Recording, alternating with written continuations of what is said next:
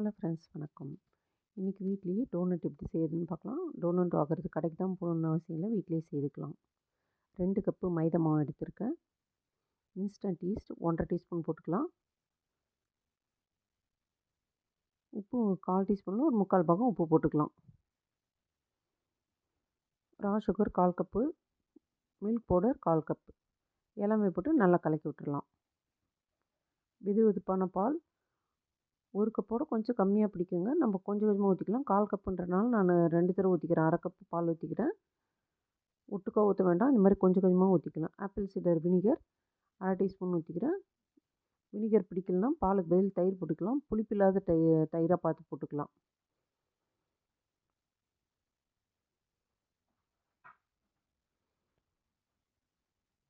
நல்லா பிசைஞ்சாச்சு. மறுபடியும் 1/4 கப்பு பால் 1 table spoon பால் ஊற்றிக்கிட்டேன்.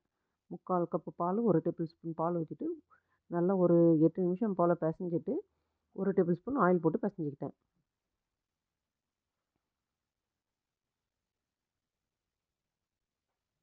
இந்த மாதிரி பலகையில் மாவு ஜலிச்சு இழுத்து இழுத்து பிசைஞ்சிக்கலாம்.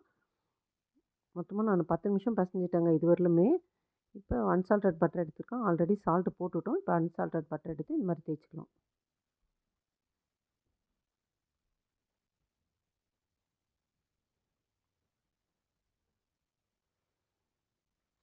பிசைஞ்சிட்டு நல்லா சாஃப்டாக வர அளவுக்கு பிசைஞ்சிட்டு அதே பவுலில் கொஞ்சமாக ஆயில் அப்ளை பண்ணி மூடி வச்சிடலாம். கிளைமேட் டல்லாக இருக்கனால எனக்கு 1 1/2 மணி நேரம் ஆயிடுச்சுங்க இந்த மாதிரி பொங்கறதுக்கு. இது எடுத்து அப்படியே 2ஆக பிரித்து தேய்ச்சிக்கலாம். மாவு வந்து கையில் எடுத்திங்கன்னா வெயிட் இல்லாமல் இருக்கும். அப்போ தான் வந்து டோனட் நல்லா சாஃப்டாக கிடைக்கும். வெயிட்டோடு இருந்துச்சுன்னா டோனட் வந்து ரொம்ப கெட்டிமாயிரும். பலகையில் மாவு தேய்ச்சிக்கலாம். கொஞ்சமாக மாவு தேய்ச்சிக்கலாம். ரொம்ப தேய்க்கக்கூடாது. கொஞ்சமாக தேய்ச்சிட்டு இந்தளவுக்கு தப்பமாக தேய்ச்சி எடுத்துக்கலாம். சப்பாத்தி கட்டை வச்சு உருட்டு எடுத்துக்கலாம். இப்போ கட்டர் இருந்தால் கட்டரில் கட் பண்ணிக்கலாம். நான் வந்து ஒரு மூடியில் புட்டுக்குழா மூடி இருக்குது பாருங்கள், அந்த மூடி வச்சு கட் பண்ணிக்கிறேன். நடுவில் ஒரு நாசில் வச்சு குட்டியாக ஓட்டை போட்டுக்கலாம்.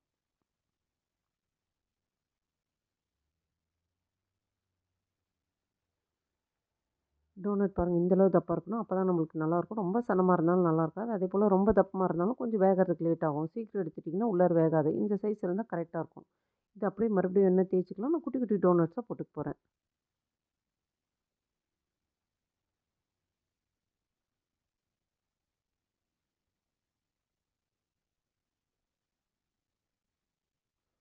அப்படியே வச்சு மூடி வச்சிடலாம். ஒரு 20 நிமிஷத்துக்கு அப்புறம் நல்லாவே பொங்கிருச்சு பாருங்கள். நம்ம தேய்க்கும்போது இருந்ததோட டபுள் ஆகிடுச்சு. இப்போ மிதமான தீயில் ஆயில் வச்சு பொரிச்சு எடுத்துக்கலாம். முதல்ல ஒரு குட்டியாக இருக்கிறது போடலாம். அது நல்லா எலும்பி வரணும். போட்டவுடனே அது கருகிடுச்சுன்னா ஆயில் ரொம்ப சூடாகிடுச்சின்னு அர்த்தம். அந்த ஆயில் உபயோகப்படுத்த வேண்டாம். கூல் பண்ணிட்டு அதுக்கப்புறம் உபயோகப்படுத்தலாம். எல்லா டோனட்டையும் அதே போல் பொரிச்சு எடுத்துடலாம். கருகிடுச்சுன்னா போட்ட உடனே உள்ளார சரியாக வேகாது. மேலே மட்டும் கருகி போயிடும். 2 பக்கம் திருப்பி போட்டு பொரிச்சு எடுத்து வச்சுட்டு மித்த எல்லா டோனட்ஸும் அதே போல் பொரிச்சு எடுத்துடலாம்.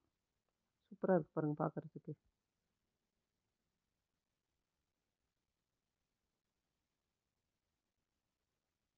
அப்படியே கடையில் வாங்குற மாதிரியே இருக்குது பாருங்கள்.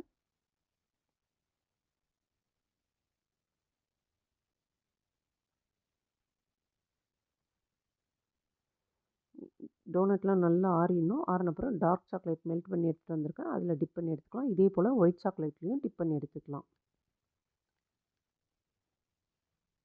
ஐசிங் சுகர் எடுத்து அதில் கொஞ்சமாக பேஷன் ஃப்ரூட் ஜூஸ் போட்டு கலக்கி ரெடி பண்ணி வச்சுருக்காங்க. அதுலேயும் டிப் பண்ணோம்னா நம்மளுக்கு அப்படியே கடையில் வாங்குற மாதிரியே கிடைக்கும் டோனட்ஸ். ஒரு பட்டர் பேப்பரே கோன் மாதிரி செஞ்சு அதில் கொஞ்சமாக இதே சாக்லேட் போட்டு வச்சுருக்கேன். அதை அப்படியே சின்னதாக ஒரு டிசைன் மாதிரி கொடுத்துக்கலாம். நம்ம விருப்பம்தான்.